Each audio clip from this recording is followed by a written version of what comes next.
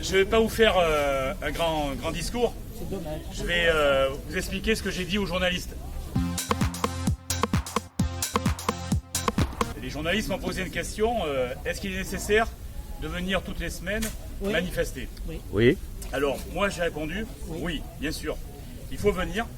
Et on m'a demandé quel est le but. Eh bien le but, c'est de montrer que nous, à la CGT, nous sommes présents. Nous sommes conscients des enjeux pour notre pays et qu'il faut montrer au pouvoir public et surtout à la population qu'il faut rejoindre et nous rejoindre nous pour continuer à lutter. Et la journaliste me dit, mais est-ce que faire trop souvent grève ne va pas tuer la grève? Non. Aujourd'hui, ce que je lui ai répondu, face aux attaques du gouvernement et du patronat, nous, on n'a qu'une réponse. Elle est frontale, c'est la grève. Mais la grève ne se décrète pas. La grève, elle se travaille. Et pour travailler, il faut se réunir. Et c'est le boulot aussi de vous tous, autour de vous, dans vos boîtes, autour de vos amis, votre famille. Il faut essayer de débattre et d'élever les consciences pour que, dans très peu de temps, on soit nombreux et qu'on puisse bloquer ce pays. Le gouvernement et le patronat vont comprendre que si on bloque l'économie peut être bloquée que par la grève. La grève.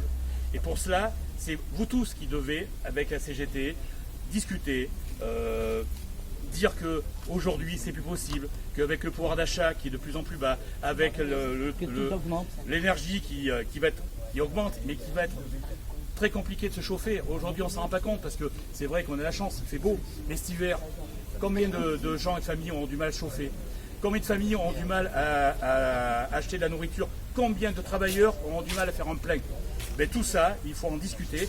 Et je vous dis, il ne faut pas croire à ce que les médias nous disent. Vous le savez parce que vous êtes là. Mais il faut le faire comprendre autour de vous.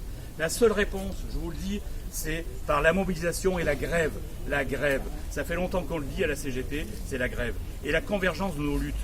La semaine dernière, il y a 15 jours, à Brive, il y avait Photonis qui était en grève pour les salaires. Les Photonis, je vais les voir, je dis c'est bien les camarades, c'est bien. Mais par contre, il faut converger avec les autres entreprises qui sont en lutte. C'est ça qu'il faut faire comprendre. C'est tous ensemble qu'on peut réussir. C'est pas chacun dans sa boîte. Alors on y travaille.